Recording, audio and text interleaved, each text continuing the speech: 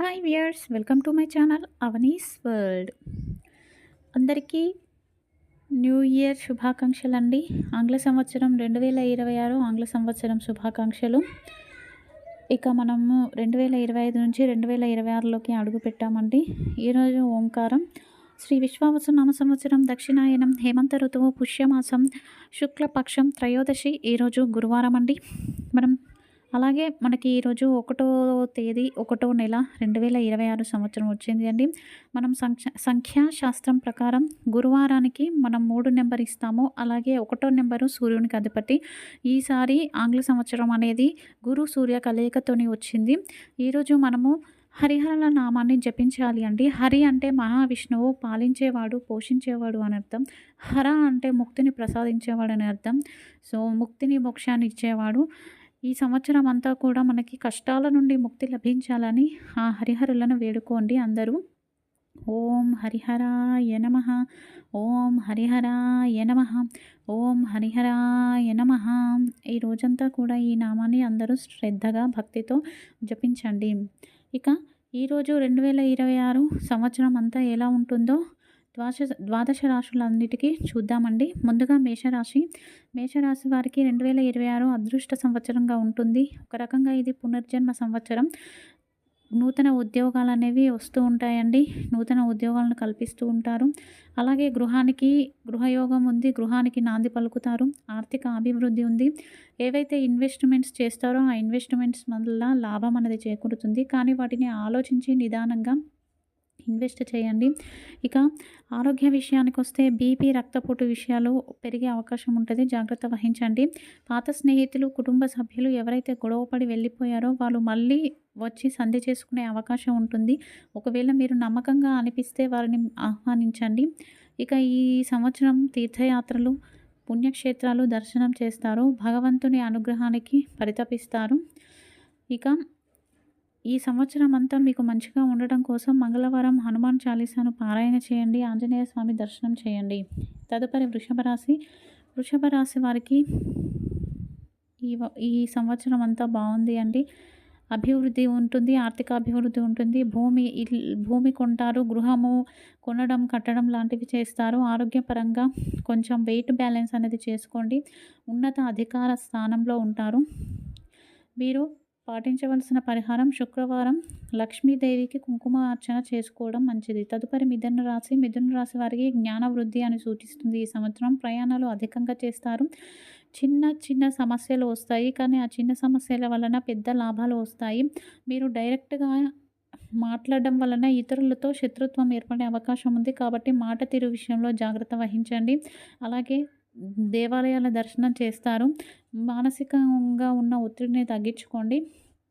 మీరు ఆచరించవలసిన పరిహారం బుధవారం రోజు విష్ణు ఆరాధన చేయాలి. నైవేద్యం సమర్పించాలి. తదుపరి కర్కాటక రాశి వారికి ఈ సంవత్సరంలో మానసిక ఒత్తిడి నుంచి విముక్తి లభిస్తుంది. కోపం, ద్వేషం నుండి విముక్తి ఉంటుంది. సంతానం ఉంది. గృహయోగం ఉంది. ఏవైనా నిర్ణయాలు తీసుకునేటప్పుడు ఆలోచించి తీసుకోండి.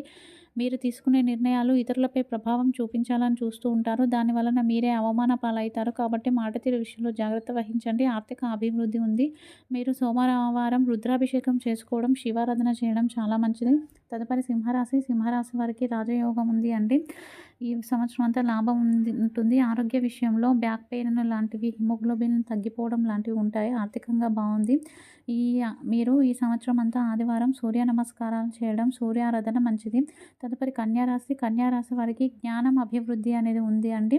మానసిక ప్రశాంతత చేకూరుతుంది. ఇతరుల నుంచి ప్రేమ, విశ్వాసం లభిస్తుంది. దానివలన మీరు మానసిక ప్రశాంతంగా ఉంటారు. ఈ కన్యారాశిలో జన్మించిన శిక్షణవేత్తలు, సైంటిస్టులు ఎవరైతే ఉన్నారో వారికి తగిన గుర్తింపు లభిస్తుంది. విజయం ప్రాప్తిస్తుంది. కష్టానికి తగ్గ ప్రతిఫలం ఉంటుంది. స్థిర లాభం అనేది చేకూరుతుంది. ఈ సంవత్సరం అంతా అదృష్టంగా పరిగణించబడుతుంది. మీరు హయగ్రీవ స్తోత్రాన్ని పారాయణ చేయడం, హయగ్రీవ పూజ చేయడం చాలా మంచిది. తదుపరి తులారాశి వారికి ఈ సంవత్సరం బాగుంది అండి. అనుకున్న పనులన్నీ జరుగుతాయి. ప్రతి పనిలోనూ విజయం చేకూరుతుంది. గుర్తింపు లభిస్తుంది. ఉద్యోగంలో అభివృద్ధి ఉంది. ఇతరుల సపోర్టు మీకు అధికంగా ఉంటుంది. ఆర్థిక విషయాల్లో కాస్త జాగ్రత్త వహించండి. మీ మాటకు చాలా శక్తి ఉంటుంది. కాబట్టి ఇతరులపై కోపంతో మాట్లాడకండి. మీరు శుక్రవారం ఇంటి బయట ద్వారాల ముందు, తర్వాత లోపల పూజా గదిలో ఆరాధన చేయడం చాలా మంచిది. తదుపరి వృశ్చిక రాశి వారికి విజయం అనేది లభిస్తుంది అండి. మీరు రహస్య విజయం అని ఉంది. ఏదైతే కొంతకాలంగా మీరు పనులు అనుకుంటున్నారో అవి విజయం ప్రాప్తిస్తుంది. అతీంద్రియ బలం చేకూరుతుంది. చాలా చేంజెస్ మీ జీవితంలో జరుగుతాయి.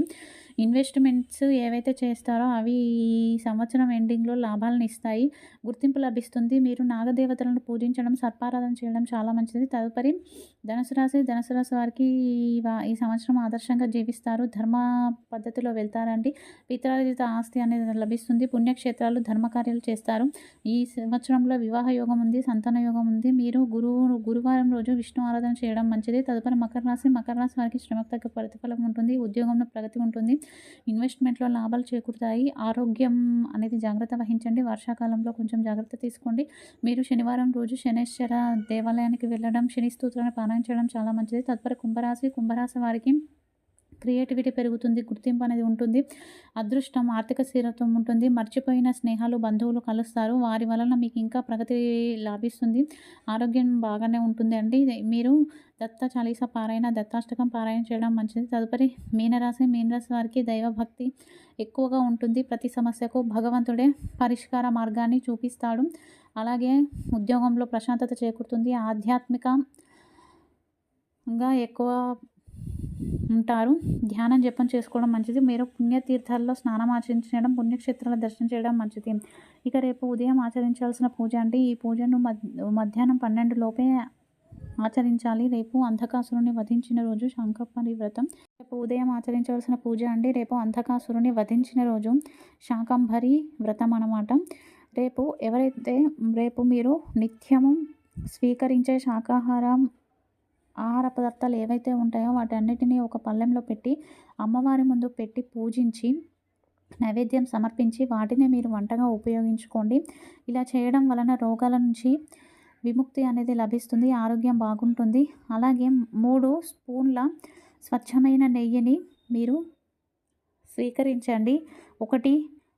ఒక స్పూన్ స్వీకరించేటప్పుడు ఓం మూలాగ్ని అయి నమః, రెండవది ఓం చితాగ్ని అయి నమః, మూడవది ఓం జఠరాగ్ని అయి నమః అనుకుంటూ దాన్ని సేవించండి. ఇలా చేయడం వలన అమృతం అనేది మీకు ఉంటుంది. అలాగే ఏదైతే మనస్సు శుద్ధి అవుతుంది, జఠరాగ్ని శుద్ధి అవుతుంది, మూలాధార చక్రం యొక్క శుద్ధి జరిగి దైవశక్తి అనేది మీలో పెరుగుతుంది. ఇక ఈరోజు యోగక్షేమం. ఈ సంవత్సరం అంతా ఆర్థిక అభివృద్ధి బాగుండడం కోసం సాయంత్రం ప్రదోష వేళలో బిల్వదళాలను నీటితో శుభ్రం చేసి గంధం రాసి వాటితో శివలింగాన్ని కానీ లేదంటే లక్ష్మీదేవిని కానీ అర్చించి పూజించాలి. ఈరోజు ఓంకారం ప్రోగ్రాం. జై గురుదత్త.